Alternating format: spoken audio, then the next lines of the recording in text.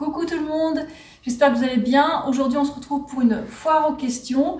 C'est des questions que j'ai reçues sur YouTube récemment et on va s'y mettre tout de suite. Il y en a 1, 2, 3, 4, 5, 6, 7, 8, 9, 10, 11, 12, 13. Alors, première question. Quel est ton budget alimentaire? Je sais qu'on dépense environ 80 € par semaine à deux. Des fois plus, des fois moins, mais en moyenne, je dirais que c'est 80 €, quoi. Voilà. On fait attention. Et c'est pas les envies qui manquent. Hein. Quelqu'un me demande à ce sujet-là, est-ce possible d'avoir une alimentation riche en glucides et pauvre en graisse comme toi, en ayant un tout petit budget?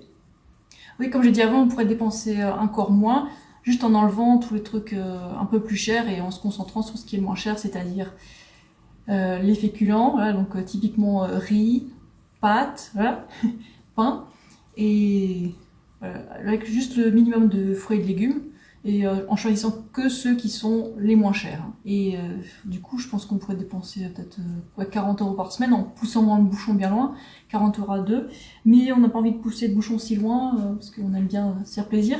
Mais bref, tout est possible. On peut dépenser des tonnes aussi si on achète plein de, je sais pas, de simili, voilà, des desserts vegan super chers ou de fruits exotiques. Il y a moyen de dépenser beaucoup, c'est sûr.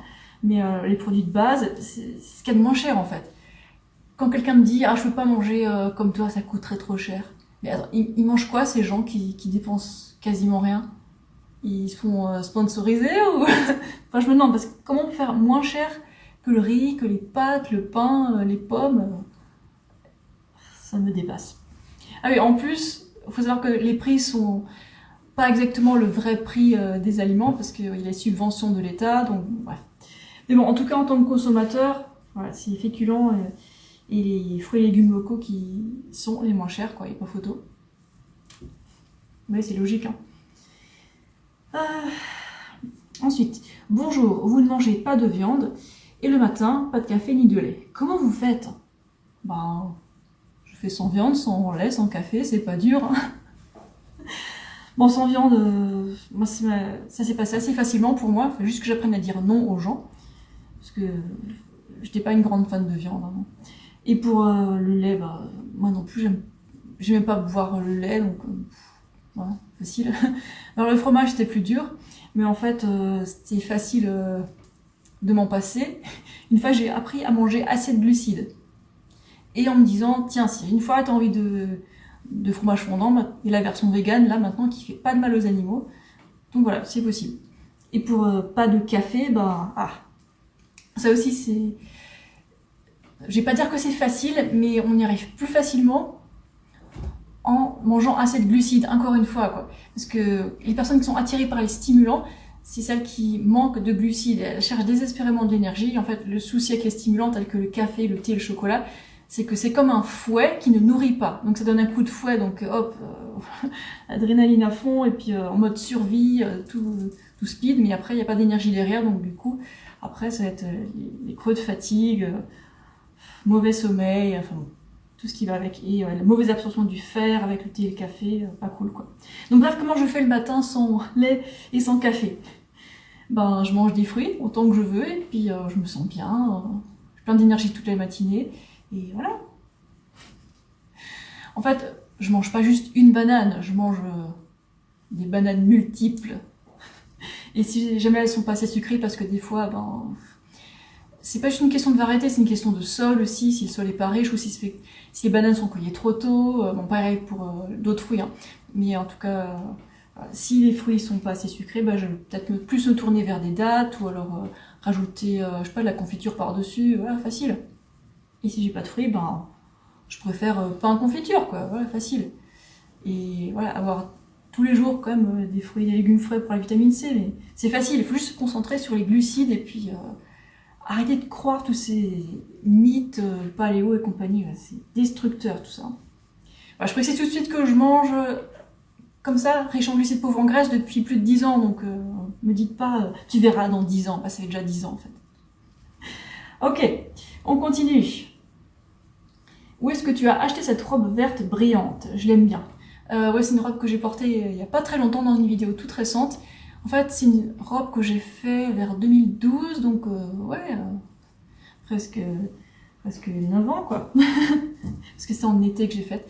Ben, c'est simple, je suis allée dans un magasin de tissus, j'ai pris un tissu bien brillant, étirable, et je me suis dit, tiens, je vais faire une robe de sirène avec, et c'était pas trop dur en fait, parce que j'ai pris comme modèle vite fait une robe que j'avais déjà, et j'ai juste un peu changé quelques petits trucs pour que ça ait la forme que j'ai envie, quoi. Et merci. Moi aussi, je l'aime bien. Le seul souci, c'est qu'elle perd des paillettes, donc du coup, ça en met partout. Elle est jolie, j'aime bien. Elle est très confortable aussi. Ok. Bon, question suivante. Quand vas-tu te faire vacciner? Jamais. Ça fait depuis 2004 que voilà, mon dernier vaccin c'était en 2004 et j'en veux pas, non, ça va. En fait, je tombe pas malade, je ne tombe plus malade depuis que je suis végane, depuis que je fais attention à moi, que je bois assez d'eau, que je me bouge régulièrement. Pourquoi j'irais risquer des effets secondaires alors que je vais bien, quoi? Et que l'efficacité de ce machin, c'est pas convaincant, non, désolé. Très peu pour moi. Ensuite, prends-tu de la vitamine D? Y a-t-il un lien entre carence et vitamine D et tendance à dépression en hiver? Oui, il y a un lien qui est établi. Et bon, le manque de soleil, hein, c'est pas bon pour nous, donc on fait ce qu'on peut, on s'expose de manière suffisante en été, puis en hiver, ben, on est un peu sur les réserves. Bon, il y a possibilité de prendre de la vitamine D. Il y a de la vitamine D végétale qui existe, qui se vend. Bon, elle est pas hyper abordable, mais ça va encore. J'en prenais à l'époque, mais ça fait des années que j'en ai pas prise. Et bon, en fait, dès qu'il y a les beaux jours, ben, je sors ma tête et puis mes bras, s'il y a moyen, quoi. Sauf quand c'est vraiment trop froid. Mais bon, la tête, au moins, elle peut sortir, prendre un peu le soleil, quoi. Oui, rester à l'intérieur tout le temps, c'est pas bon. C'est à cause de ça qu'il y a des carences en vitamine D. Hein. La vitamine D, c'est une hormone, en fait. Et ben, faut qu'on en prenne soin, quoi. Les compléments, bon, ça va aider un peu, mais à long terme, il faudrait avoir un mode de vie plus sain, quoi. Voilà, c'est mon avis. Après, vous faites ce que vous voulez. Bon, les compléments de vitamine D, il y a une certaine controverse autour. Donc, je suis pas complètement prononcée là-dessus. Je vais pas vous dire d'en prendre ou de pas en prendre. Je suis pas méga convaincue, quoi. Donc, voilà. En tout cas, j'en prends plus. Et voilà. Bon, si vous êtes déprimé en hiver, bon, il y a aussi d'autres facteurs. Donc, voilà, peut-être faites-vous aider si nécessaire. Hein. Mais le soleil, ça donne la bonne humeur. Donc, je pense qu'il y a une piste. Question suivante. Sous une vidéo d'il y a 4 ans, quelqu'un me demande est-ce que tu as changé d'avis sur le sucre blanc? Tu disais qu'à ton époque quasi frugivore, tu ne consommais pas de sucre blanc car c'était chimique. Que penses-tu maintenant? Est-ce qu'il faut bannir le sucre blanc? Bon, si tu as regardé mes vidéos récentes, tu vois que j'en consomme encore régulièrement et que je suis pour. En tout cas, pour rajouter du sucre dans une alimentation qui est pauvre en graisse. J'ai pas dit que j'étais pour les desserts gras, donc si vous mangez des desserts gras, faut être très limité avec, quoi. Oui, je sais qu'à l'époque, j'avais dit ouais, non, j'achète pas de sucre blanc parce que c'est chimique. Bon, c'était de l'ignorance, hein. Et ça commence à dater un peu. Bah, à l'époque, je prenais du sucre de canne ou autre chose, mais je prenais comme du sucre, et en fait, c'est pareil, hein. À 99,9% près, c'est pareil. Donc pourquoi est-ce que je paierais pourquoi est-ce que je paierais des sucres chers alors qu'en fait, ben, c'est quasiment pareil, quoi. Non, normalement, j'achète le truc le moins cher et puis c'est très bien, c'est efficace, quoi. Ça donne du punch, comme j'ai dit récemment. Donc voilà, je conseille pas de manger des desserts gras, je le répète encore. Hein. Gras et sucre ensemble, c'est la cata. Parce qu'en fait, j'explique tout le temps, mais bon, on va y retourner. Quand on mange trop de graisse, le problème c'est que ça bouche les récepteurs de l'insuline. Ça paralyse l'insuline, c'est un problème. Et ça peut durer une douzaine d'heures, c'est assez gênant. Et en fait, quand on a une alimentation pauvre en graisse, ben, le sucre peut être acheminé jusqu'aux cellules pour les nourrir et pour aller là où il a besoin d'aller. Mais quand on mange trop de graisse, ben, les serrures d'insuline, on va dire comme ça, elles sont bouchées, et le sucre est bloqué dans le sang, d'où les problèmes. Voilà. Donc non, bannir le sucre, c'est pas utile, mais arrêter les desserts gras, c'est carrément utile. Donc arrêter le chocolat, voilà, les glaces crémeuses, tout ça, c'est pas bon. Ensuite, vaut-il mieux acheter des céréales déjà sucrées ou des céréales nature que l'on sucre soi-même? Moi je te dis c'est égal. Hein. J'achète de préférence des céréales déjà sucrées, comme ça j'ai pas besoin d'en rajouter par-dessus. Mais franchement, c'est kiff-kiff. Hein. Oh, cette mode du sans sucre, c'est chiant. Et du coup, ça donne des céréales qui ont pas de goût, et du coup, je sais pas comment les gens ils arrivent à manger ça, quoi. Non, quand j'ai un truc sans sucre sous les yeux, je fais ok, il est où le sucre et il est où la confiture, parce que là, ça n'a pas de goût, quoi. Pareil pour les laits végétaux, bon, s'ils sont sans sucre, ça peut être utile dans certaines préparations salées, mais sinon, non. Donc voilà, c'est normal que je rajoute du sucre dans mes céréales quand j'en mange, parce que si les céréales sont pas sucrées, bon, ça manque de goût, et si le lait végétal n'est pas sucré, bon, ça manque de goût aussi, donc hop. En fait, le corps a un besoin impératif de sucre, hein, surtout le cerveau. Hein.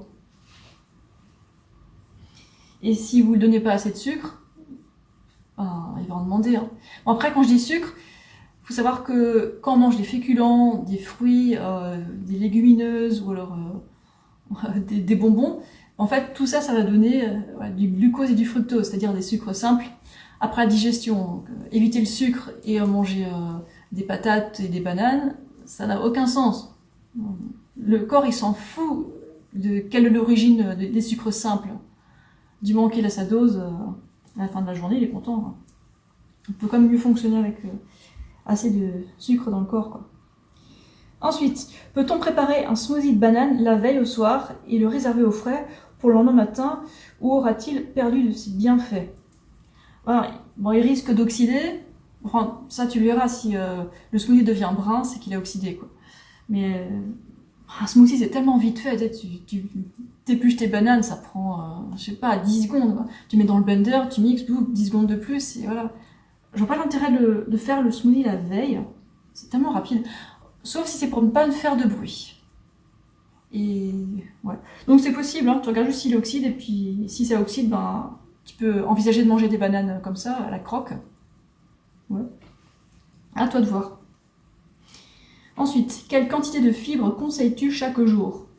Alors, sachant que la personne moyenne aux États-Unis consomme 15 grammes de fibres par jour, au moins. En France, ça doit être à peu près comme ça aussi. J'ai pas vérifié le chiffre par contre. Mais ce qui est idéal, c'est à peu près 50 grammes de fibres par jour. Voilà. Et quand on vient d'une alimentation qui est pauvre en fibres, c'est bien d'augmenter progressivement les fibres et pas d'augmenter la dose d'un coup, quoi. Voilà, donc 50 grammes. Ça, les 50 grammes, on peut s'en rendre compte si on utilise un compteur de calories. Et là, voilà, on saura, quoi. Mais sinon, on peut pas le calculer comme ça de tête, quoi. C'est clair. Alors quand vous vous lancez dans une alimentation végétalienne, allez doucement avec les fibres, et puis ayez pas peur des glucides transformés, genre riz blanc, pâte blanche, c'est pas un problème. Et évitez d'un coup commencer à manger des tonnes de légumineuses, parce que ça vous fera mal au bide, je vous le garantis. Parce que, de 1, ça fera trop de fibres, 2, ça fera trop de protéines, et c'est lourd à digérer les excès de protéines, hein, donc faut pas s'étonner qu'il y ait des mal au ventre, quoi. Voilà. Donc allez-y doucement avec l'augmentation des fibres, en mangeant des fibres douces, c'est-à-dire des légumes cuits, un peu de légumineuses, oui, des tubercules genre pommes de terre, et aussi des fruits frais mûrs. Voilà. Hop. Je monte.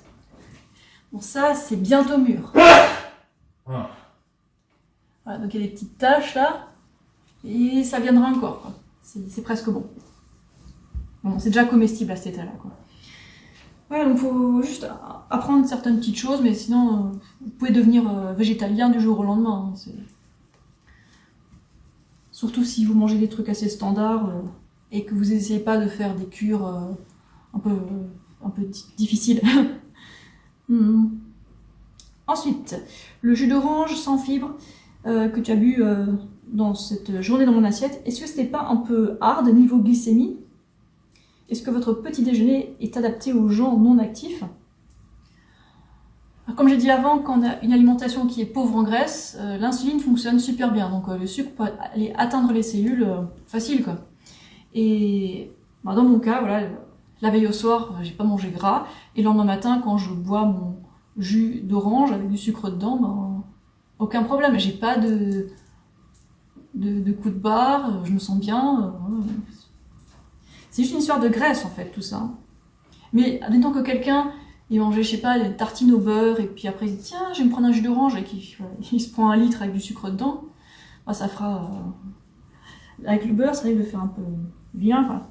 Et ouais, c'est surtout si quelqu'un qui mange voilà, des œufs, du beurre, du bacon, du fromage, voilà, tout ça ensemble, et même le repas suivant, comment dire, le niveau d'insuline n'a pas encore assez baissé pour pouvoir manger des sucres simples. Voilà, le problème c'est la graisse, et quand on mange une alimentation pauvre en graisse, on n'a pas besoin de faire attention à l'indice glycémique. Hein. En fait, j'ai testé mon hémoglobine glyquée, c'était quand, il y a 2 ans? Vous tapez hémoglobine glyquée 12 frugalité dans YouTube, et vous tombez dessus. Mon hémoglobine glyquée, elle est impec, et je mange plein de sucre simple, plein de sucre complexe, et tout va bien. Et n'importe qui peut manger comme moi, il suffit juste de manger les bonnes quantités pour répondre à ses propres besoins énergétiques, et voilà. Et ouais, évitez de faire des cheat meals trop souvent, parce que ça peut être un problème aussi. Et les gens qui ne font pas de sport, bah, ils peuvent aussi manger comme moi, il faut juste qu'ils mangent la bonne quantité pour eux, quoi. Et quand je dis 10% de graisse parmi les calories, bon, on peut varier un petit peu, on peut aller jusqu'à 15%. Voilà. Enfin, ça dépend des objectifs qu'on a. Hein. On continue dans le même sujet. Ton alimentation avec les candidats, ça se passe comment? Même chose. Un candidat qui pullule, par exemple, je sais pas, au niveau des orteils, des parties génitales, c'est à cause de la graisse, à cause des excès de graisse. On accuse le sucre, mais le sucre, il est pour rien, il est juste bloqué dans le sang, le pauvre. Et aussi, quand on parle de candidats dans les intestins, c'est un mythe. Ça n'a jamais été démontré scientifiquement. Au contraire, les scientifiques, quand ils voulaient se pencher là-dessus, ils ont comparé des gens en leur ajoutant du sucre ou pas à un repas. Ça n'a fait aucune différence pour la population de candidats dans les intestins. Et ouais, ils ont étudié ça. C'est incroyable les mythes qu'on vous trimballe dans les médias de masse. Hein. Après, on s'étonne que les gens n'arrivent pas à perdre de poids. Voilà, ils ont les mauvais conseils. Hein. Si les gens savaient qu'ils pouvaient guérir du diabète de type 2 rien qu'en réduisant les graisses au minimum, ça changerait la donne, quoi. Et ouais, le docteur Neil Barnard, vous pouvez trouver ses études, les études du docteur Neil Barnard qui enraye le diabète de type 2. Moi, je fais pas ça, moi, j'ai pas de passion, mais allez voir lui. C'est génial. Et si les médias de masse étaient moins partiels, moins vendus, ben, ils vous diraient tout ça. Maintenant, ils préfèrent vous raconter les trucs tendances, genre le régime cétogène, le régime paléo, le régime... Oh là là, tous ces trucs qui font du mal aux gens à court, moyen et long terme, quoi. Ok, je continue. Dernière question. Peut-on boire durant les repas? Santé, c'est de l'eau. Alors, à titre personnel, je bois pendant les repas si j'en ressens le besoin. Par exemple, si je mange un truc bien sec, oui, je vais boire parce que j'ai besoin d'eau. La digestion nécessite de l'eau. Et attention, ça va diluer tes fluides gastriques. Écoutez, au contraire, moi, quand je sens que j'ai besoin d'eau, que ça digère pas bien, bah, rajouter de l'eau, ça aide à digérer. Hein. À tous les coups. Bon, idéalement, ce serait mieux de boire avant le repas, genre 15 minutes avant, voire, je sais pas, 2 tasses comme ça ou 3 tasses comme ça, si nécessaire, ça dépend de la saison. Boire avant pour que le corps soit hydraté avant le repas. Parce que qu'est-ce qui se passe? Si on est déshydraté et on mange un truc sec, bah, le corps il va devoir sacrifier de son hydratation pour digérer. Et du coup, bah, on va manquer d'eau dans les tissus, c'est pas bon. Donc voilà, rester hydraté, c'est un geste jeunesse, quoi. Ouais. Ok, et voilà, je bois 2 à 3 litres d'eau par jour et je préfère boire avant les repas, comme ça la digestion est encore mieux. Mais admettons que j'ai loupé mon coup et que j'ai comme soif pendant le repas, bah je bois, je me prive pas, quoi. Bon, il y a des gens qui sont un peu plus sensibles, il vaudrait mieux qu'ils fassent la manière idéale en buvant avant. Et ensuite, je dirais 2 heures après un repas, on peut de nouveau boire, voilà. Mais l'idéal, c'est de boire avant les repas, voilà. C'est ce qu'il faut retenir. Voilà. Alors je pense qu'on peut se faire une foire aux questions en direct dimanche prochain. Donc voilà, j'espère que vous serez présents, nombreux, et puis avec plein de questions. Il n'y a pas de questions idiotes. Voilà. Bienvenue à tout le monde. Et voilà, j'espère que mon alimentation va vous plaire, que vous aurez envie de la tester et de bien vous régaler surtout. Pour prendre soin de vous et soin des animaux, de votre planète, tout ça. Allez, salut!